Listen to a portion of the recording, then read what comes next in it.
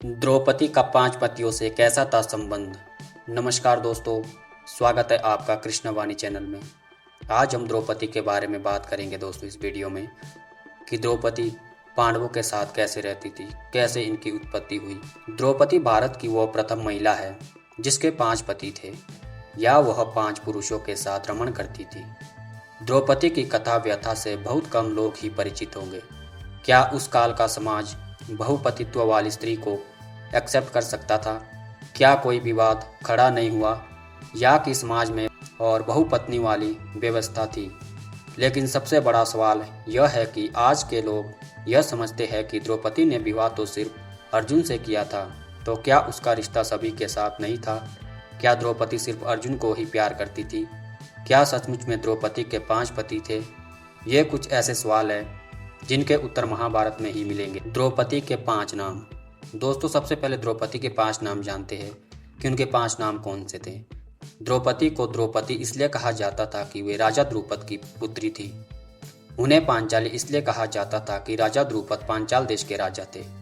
उनका एक नाम कृष्णा भी था क्योंकि वे भगवान कृष्ण की सखी थी। उनका एक नाम यज्ञनी भी था क्योंकि वे यज्ञ करने के बाद पैदा हुई थी। और अंत में उनका एक नाम सैरंध्री भी था। सैरंध्री का अर्थ होता है पति के अलावा अन्य पुरुषों के साथ रमण करने वाली। लेकिन यह सच नहीं है। अज्ञातवास के दौरान द्रौपदी ने राजा विराट के यहाँ अपनी पत्नी सुदेशना के सौंदर्य की देखरेख करने वाले के रूप में काम किया, इसलिए उनका नाम सैरंध्री था। सैरंध्री के रूप, गुण तथा सौंदर्य से प्रभावित होकर महारानी सुदेशना ने उसे अपने मुख्य दासी के रूप में नियुक्त कर दिया था। कुछ लोग कहते हैं कि वे राजा विराट के राज्य में सुगंध और इत्र बेचती थी, इसलिए उसे सैरंध्री कहा जाता था। उल्लेखनीय है कि 12 वर्ष के वनवास के बाद पांडवों ने अज्ञातवास में मत्स्य देश के राजा विराट के राज्य में समय व्यतीत किया था। पांचों ने अपनी योग्यता अनुसार राजा के यहाँ भिन्न भिन्न कार्यों को संभाला था। पांडवों को 12 वर्ष का वनवास और 1 वर्ष का अज्ञातवास मिला था। इस दौरान पांचों पांडव एक कुमार के घर में रहा करते थे और भिक्षाटन के माध्यम से अपना जीवन यापन करते थे। ऐसे में भिक्षाटन के दौरान उन्हें द्रौपदी के स्वयंवर की सूचना मिली। एक यंत्र में बड़ी सी मछली घूम रही थी। उसकी आंख में तीर मारना था और वह भी तेल पात्र में उसकी परछाई देखकर। यह भी कि एक ही नहीं, पूरे 5 तीर मारने थे, एक के बाद एक। सभी राजा, महाराजा एवं राजकुमारों ने ऊपर घूमती हुई मछली की आंख पर उसके प्रतिबिंब को नीचे जल में देखकर निशाना साधने का प्रयास किया, किंतु सफलता हाथ न लगी और वे कांतिहीन होकर अपने स्थान पर लौट आए। इन असफल लोगों में जरासंध, शल्य, शिशुपाल तथा दुर्योधन, दुशासन आदि कौरव भी सम्मिलित थे। कौरवों के असफल होने पर एक ब्राह्मण ने राजकुमारी को प्राप्त करना चाहा। ब्राह्मण के वेश में अर्जुन ने तेल पात्र में प्रतिबिंब को देखते हुए एक ही बाण से निशाना लगा डाला। द्रौपदी ने तुरंत आगे बढ़कर अर्जुन के गले में वरमाला डाल दी। यह सब देखकर क्षत्रियों ने आपत्ति दर्ज कराई कि यह प्रतियोगिता सिर्फ क्षत्रियों के लिए आयोजित थी, फिर एक ब्राह्मण को जीत देना उचित नहीं। वहां युद्ध की स्थिति बन गई। राजा द्रुपद पांडवों के भेष में छुपे हुए पांडवों को पहचान नहीं पाए, इसलिए उन्हें यह चिंता सता रही थी कि आज बेटी का स्वयंवर उनकी इच्छा के अनुरूप नहीं हो पाया। राजा द्रुपद की इच्छा थी कि उनकी पुत्री का विवाह किसी पांडु पुत्र के साथ हो, क्योंकि उनकी राजा पांडु से गहरी मित्रता रही थी। लेकिन वे यह नहीं जानते थे कि यही पांडु पुत्र है। तब युधिष्ठिर ने एक तरफ ले जाकर राजा द्रुपद को अपनी सच्चाई बताई। राजा द्रुपद की खुशी का ठिकाना नहीं रहा। स्वयंवर की इस शर्त को अर्जुन ने पूर्ण किया था।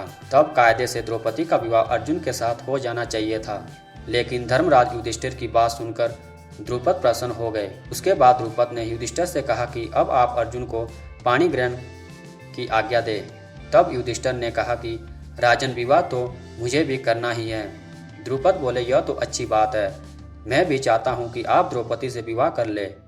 युधिष्ठिर ने कहा, राजन, राजकुमारी द्रौपदी हम सभी की पटरानी होगी। युधिष्ठिर की ऐसी बातें सुनकर राजा द्रुपद बोले कि एक राजा की बहुत सी रानियां तो हो सकती है, परंतु एक स्त्री के बहुत पति हो ऐसा आज तक सुनने में नहीं आया।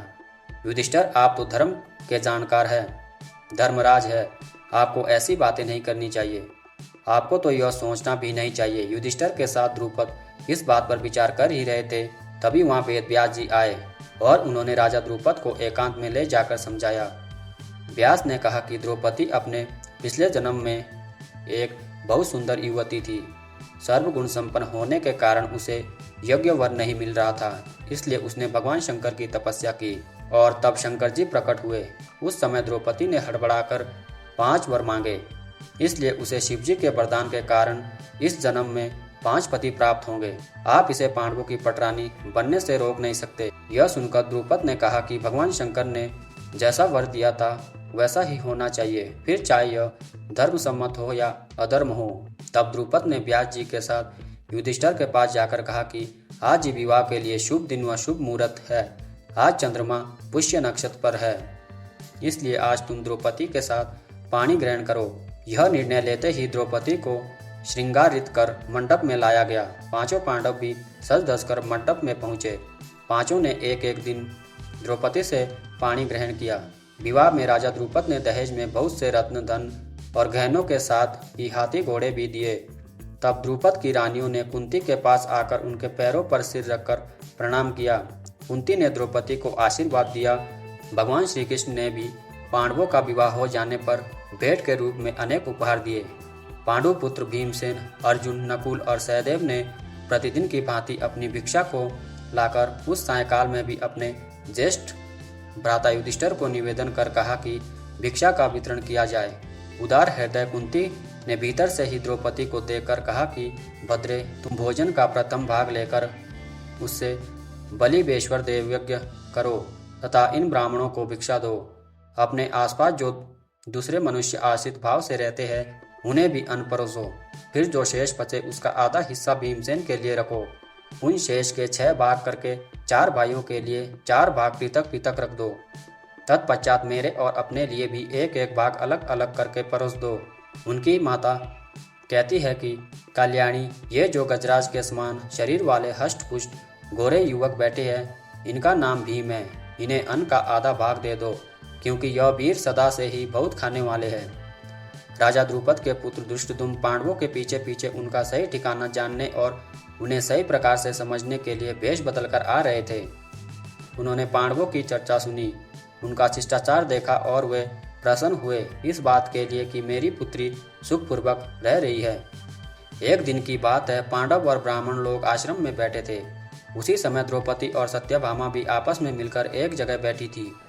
दोनों ही आपस में बातें करने लगी। सत्यभामा ने द्रौपदी से पूछा, बहन, तुम्हारे पति पांडवजन तुमसे हमेशा प्रसन्न रहते हैं। मैं देखती हूँ कि वे लोग सदा तुम्हारे वश में रहते हैं। तुम मुझे भी ऐसा कुछ बताओ कि मेरे श्याम सुंदर भी मेरे वश में रहे। तब द्रौपदी बोली, सत्यभामा, ये तुम मुझसे कैसी दुराचारणी स्त्रियों के बारे में पूछ रही हो? जब पति को यह मालूम हो तो वह अपनी पत्नी के वश में नहीं हो सकता। तब सत्यभामा ने कहा, तो आप बताए कि आप पांडवों के साथ कैसा आचरण करती है। उचित प्रश्न जानकर तब द्रौपदी बोली, सुनो, मैं अहंकार और काम क्रोध को छोड़कर बड़ी ही सावधानी से सब पांडवों की स्त्री सही सेवा करती हूँ। मैं ईर्ष्या से दूर रहती हूँ, मन को काबू में रखकर कटु भाषण से दूर रहती हूँ, किसी के भी समक्ष असभ्यता से खड़ी नहीं होती हूँ, बुरी बातें नहीं करती हूँ और बुरी जगह पर नहीं बैठती हूँ।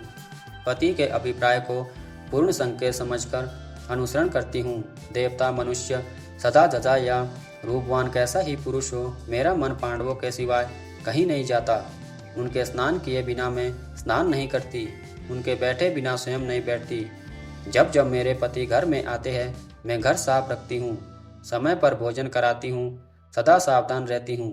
घर में गुप्त रूप से अनाज हमेशा रखती हूँ। मैं दरवाजे के बाहर जाकर खड़ी नहीं होती हूँ। पतिदेव के बिना अकेला रहना मुझे पसंद नहीं। साथ ही सास ने मुझे जो धर्म बताए हैं मैं सभी का पालन करती हूँ, सदा धर्म की शरण में रहती हूँ। द्रौपदी के 5 पुत्र थे। द्रौपदी ने भी एक एक वर्ष के अंतराल से 5 पांडवों में से एक एक पुत्र को जन्म दिया। युधिष्ठिर के पुत्र का नाम प्रतिबिंध्य था। अर्जुन के पुत्र का नाम श्रुतकर्मा था। नकुल के पुत्र का नाम शतानिक था। सहदेव के पुत्र का नाम श्रुतसेन रखा गया। पांडवों की अन्य पत्नियों के नाम और उनसे जन्मे पुत्रों के नाम कौन कौन से हैं? सबसे पहली बात करते हैं दोस्तों युधिष्ठिर। युधिष्ठिर की दूसरी पत्नी देवकी थी। देवकी से दहदेय नाम का पुत्र जन्मा। अर्जुन, अर्जुन की द्रौपदी के अलावा सुभद्रा, उलूपी और चित्रांगदा नामक की 3 और पत्नियां थीं। सुभद्रा से अभिमन्यु, उलूपी से इरावान, चित्रांगदा से बब्रुवान नामक पुत्र का जन्म हुआ। भीम, द्रौपदी के अलावा भीम की हिडिंबा और बलंधरा नामक 2 पत्नियां थी। नकुल, द्रौपदी के अलावा नकुल की एक और पत्नी थी जिनका नाम करेणुमति था। करेणुमति से निर्मित्र नामक पुत्र का जन्म हुआ। सहदेव, सदेव की दूसरी पत्नी का नाम विजया था जिससे इनका सुहोत्र नामक पुत्र जन्मा। आइए दोस्तों एक कहानी और जानते हैं। द्रौपदी के लिए कृष्ण ने लिया था वस्त्र अवतार। द्रौपदी महाराज द्रुपद की अयोनिज कन्या थी। उनका शरीर कृष्ण वर्ण के कमल के जैसा कोमल और सुंदर था। इन्हें कृष्णा भी कहा जाता था। इनका रूप और लावण्य अनुपम और अद्वितीय था। इनके जन्म के समय आकाशवाणी हुई थी। देवताओं का कार्य सिद्ध करने के लिए एवं उन्मत्त क्षत्रियों के संहार के लिए ही इस रमणीय रत्न का जन्म हुआ है। इसके द्वारा कौरव को बड़ा भय होगा। स्वयंवर में अर्जुन के द्वारा लक्ष्य भेद करने पर द्रौपदी पांडव को प्राप्त हुई। कई दैवी कारणों से द्रौपदी 5 पांडवों की पत्नी हुई। यह 5 पांडवों को अपने शील स्वभाव और प्रेम में व्यवहार से प्रसन्न रखती थी। जब कपट के द्यूत में महाराज युधिष्ठिर अपने राजपाट, धन, वैभव तथा स्वयं के साथ द्रौपदी तक को हार गए, तब दुशासन दुर्योधन के आदेश से द्रौपदी को एक वस्त्रावस्था में खींचकर भरी सभा में ले आया। सभा में रोते रोते द्रौपदी ने सभासदों से अपनी रक्षा की प्रार्थना की। दुशासन उन्हें भरी सभा में नग्न करना चाहता था। भीष्म द्रोण ने अपनी आंखें मूंद ली। विदुर सभा से उठकर चले गए। जब द्रौपदी चारों ओर से निराश हो गई तब उन्होंने आर्त स्वर में भगवान श्री कृष्ण को पुकारा, हे कृष्ण, हे गोविंद, क्या तुम नहीं जानते कि मैं कौरवों के द्वारा अपमानित हो रही हूँ? कौरव रूपी समुद्र में डूबती हुई मुझ अबला का उद्धार करो।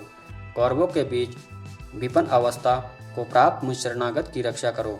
भक्त के लिए भगवान का वस्त्र अवतार लेना पड़ा और 10,000 हाथियों के बल वाला दुशासन साड़ी खींचते खींचते थक गया, किंतु साड़ी का अंत नहीं मिला और द्रौपदी की लाज बच गई। जिसका रक्षक नंद नंदन भगवान श्याम सुंदर हो, उसका भला कोई क्या बिगाड़ सकता है।